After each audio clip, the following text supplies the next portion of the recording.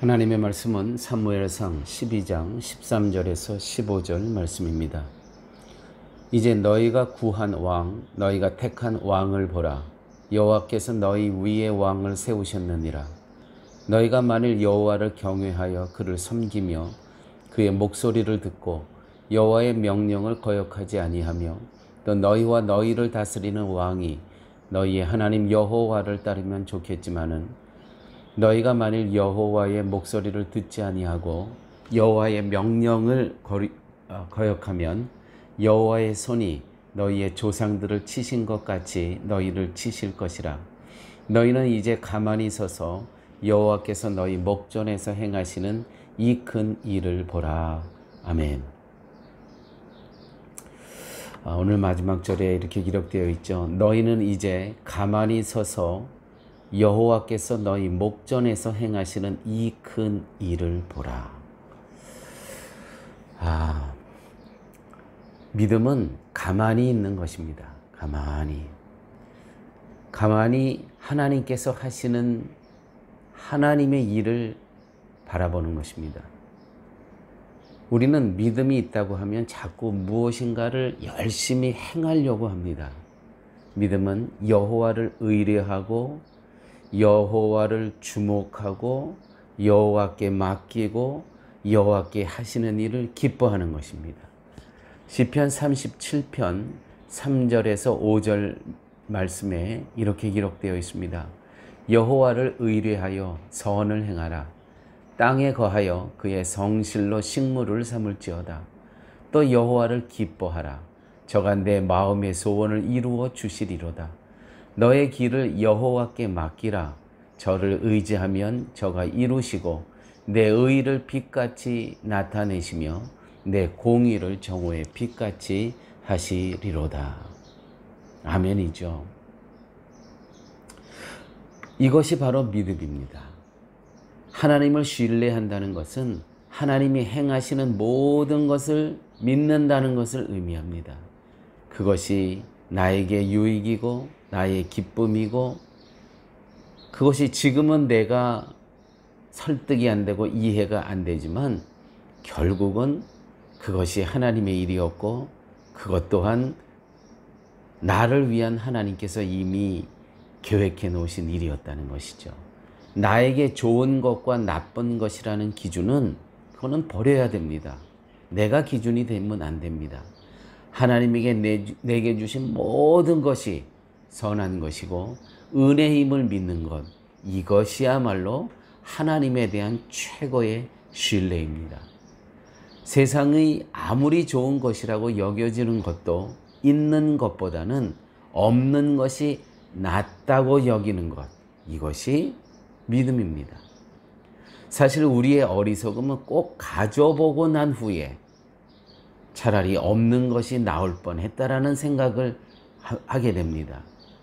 있는 것보다는 없는 것이 더 낫고 유익되기에 하나님이 그리하시는 것인데도 불구하고 왜 주지 아니하십니까? 라고 불평하면서 고단한 삶을 살아갑니다.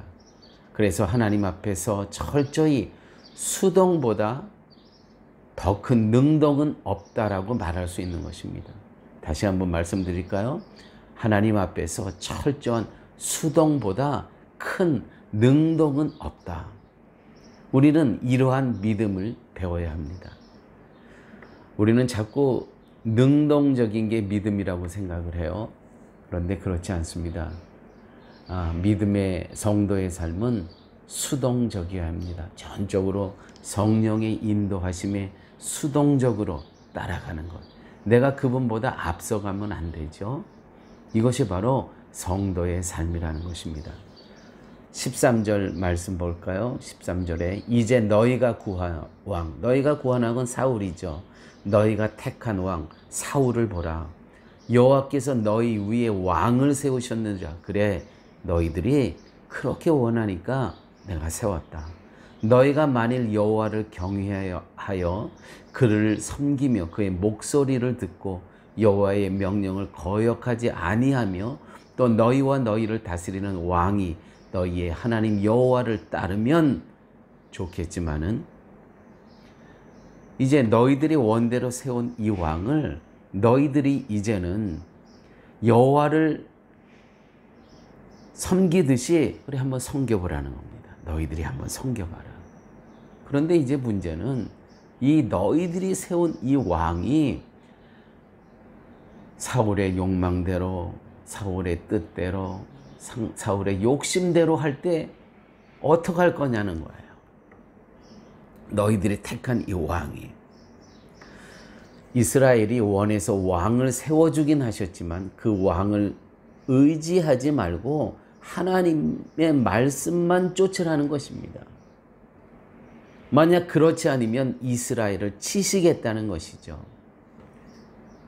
이것은 어찌 생각하면 이해할 수 없는 처사입니다. 이스라엘이 왕을 세워달라고 요구하는 것이 잘못된 것이고 또 왕이 있어도 하나님을 의지해야 하는 것이라면 차라리 끝까지 왕을 세워주지 않는 것이 이스라엘에게 유익이 아니었겠습니까?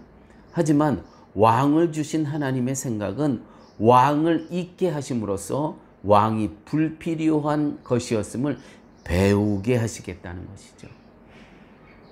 그래? 너희들이 정말 그게 원하냐? 오케이. 그러면 세워줄게. 그 뜻은 왕이 불필요한 것이었음을 배우게 하시겠다는 것이 하나님의 뜻이었다는 것입니다. 하나님은 아담에게 선악과를 먹지 말라고 하십니다. 먹으면 죽는다고 하십니다. 그런데 정작 선악과는 동산 중앙에 세우십니다. 아니 그렇게 먹고 죽는 것을 왜 세우십니까? 하나님께서는요 선악과를 그 동산 중앙에 세우세요.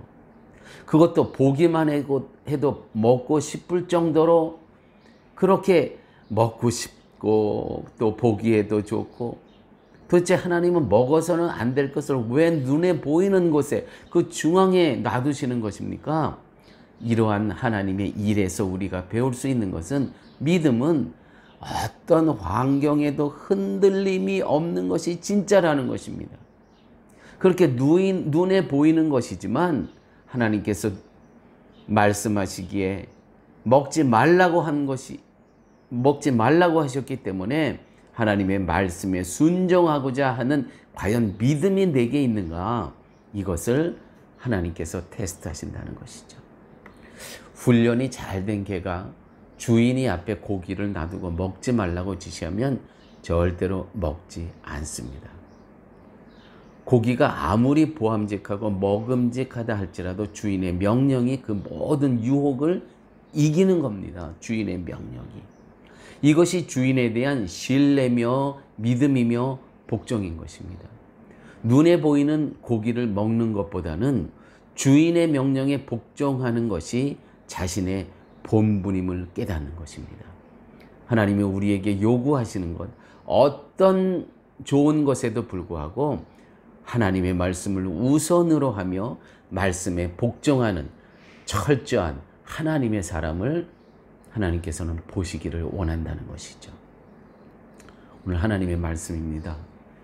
너희의 다스리는 왕이 너희의 하나님 여호와를 따르면 좋겠지만은 너희가 만일 여호와의 목소리를 듣지 아니하고 여호와의 명령을 거역하면 여호와의 손이 너희의 조상들을 치신 것 같이 너희를 치실 것이라. 너희는 이제 가만히 서서 여호와께서 너희 목전에서 행하시는 이 큰 일을 보라. 아버지 하나님 감사합니다. 오늘 말씀 속에서 과연 믿음이 무엇인가라는 것을 다시 한번 기억하게 하여 주심을 감사합니다.